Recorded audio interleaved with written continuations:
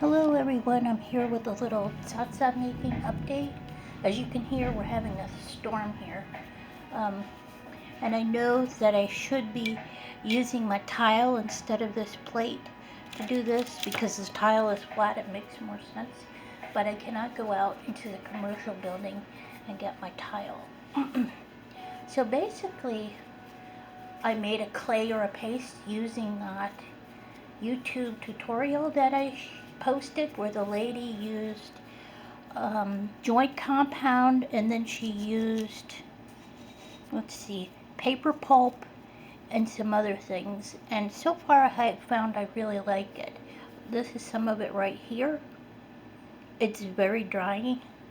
I don't know how it dries yet, and this has not been consecrated or blessed in any way because this is more for method and demonstration purposes, and I have quite a bit more of this in a sealed container because it does dry out very quickly. So I'm just going to set that aside. And I also I'm finding that what is going to work for you in terms of mold release depends on what your clay or paste is. So I had this butter flavored non-stick cooking spray, and I've had a lot of experience baking and working with clays and pastes, so I had tried to use this before and something else didn't quite work, but this is from the dollar store, $1.25. So what I do with this, can you see? I hope you can see, is I shake it really well, and then I kind of I don't hesitate to like really spray it in there. It does make a mess, and then you can see how there's some white bubbles remaining, but I found if you blow on the bubbles, you can't see me blowing on them, but I am.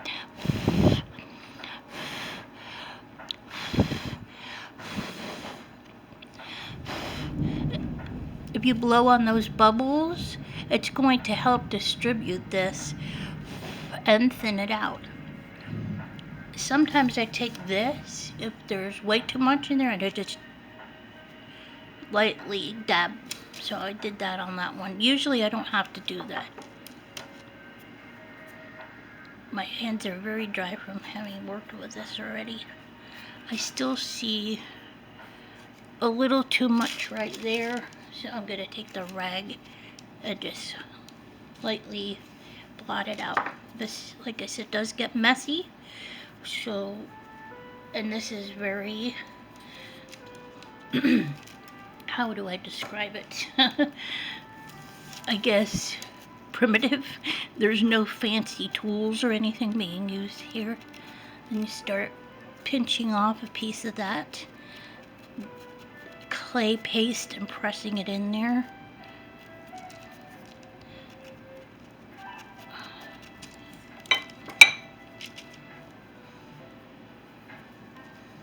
I might actually turn this plate over. It's not quite big enough, but I really want a flat surface. No, that's no better.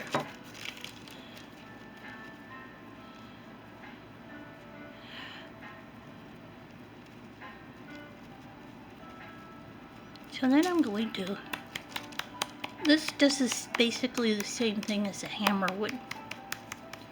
And that does not hurt my hand. If you were to ask me what hurts my hands more, working with that air dry clay or working with this homemade stuff and doing this, the air dry clay, definitely working with that hurts my hands more.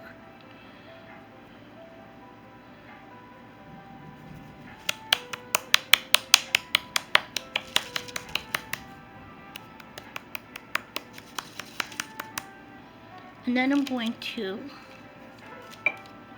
I think there could be a little defect right there, but I'm just going to go with it to take more of it. I'm going to press it on the back. I've tried this a variety of ways.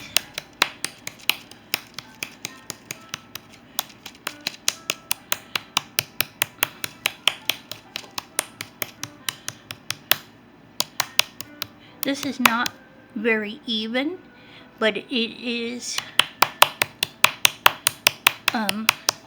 very smooth on the back. So then I'm going to put it on my surface. And when you apply pressure like this, that's the most even way, the way to make sure everything is even. I'm going to actually press that down. If I didn't say it, this is just wax paper used to protect the surface. And I'm going to start removing this excess. Actually, I'm just going to remove the excess this way. It's quicker.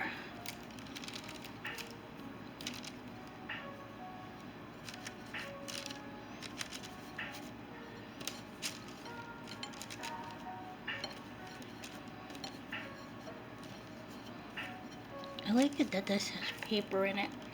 My tissue paper method, it still works. I tried it with this too.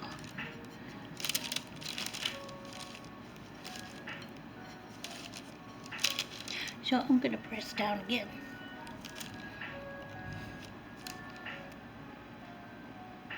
And I'm going to do the same thing.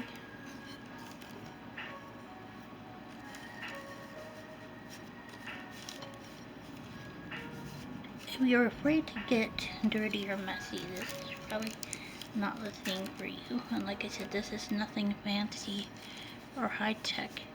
Very simple.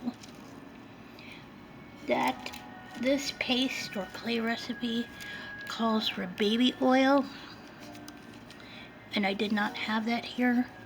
But I also read when you are using that type of clay or paste, you can use essential oil.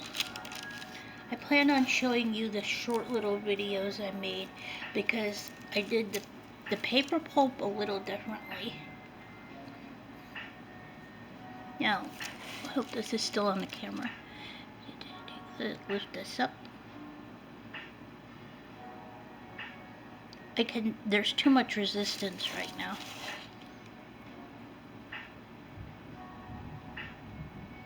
I think a good thing is to try to lift this off as evenly as possible. I think it's come out pretty good, but I don't know how it will dry. Now, I can either remove the excess around there, or I can, oh wow, okay, try to lift this up with my, I'm gonna try to, if this was a flat surface, this would be much easier. This is a clay cutting knife.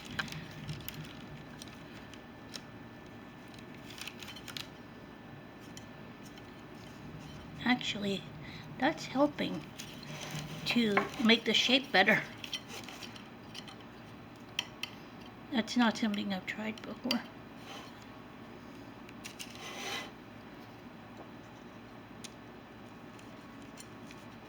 I'm gonna try it with my knife instead, because the more pulling and dragging you do, the more you're going to have a distorted Tsa Tsa. So there we go. I will probably take off the details when it's dry, and I will certainly update you when it is dry. The lighting in here is not very bright, so that's a lot of the time where the details do not show up on these. Another way I tried this, and it did not work as well. This is getting too dry, I can tell, so I should probably add a drop of water to it. But I did the same thing.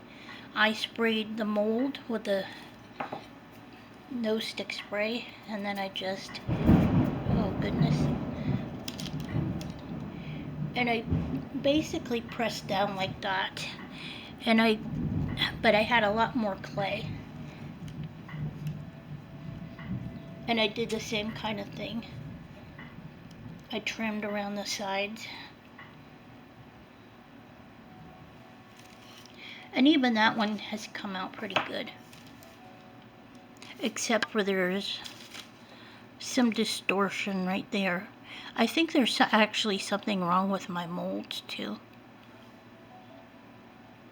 That's a little, that'll probably dry as a crack unless I do something to it right now.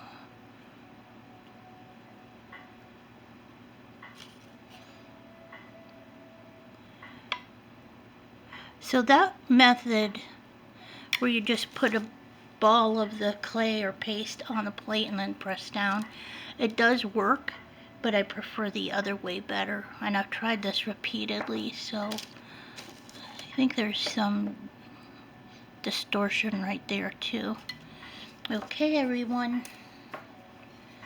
I'll be making an update soon, see how drying it is. So I'll let you know when this dries how it comes out, and hopefully soon I will be able to go outside and get my tile. Bye bye!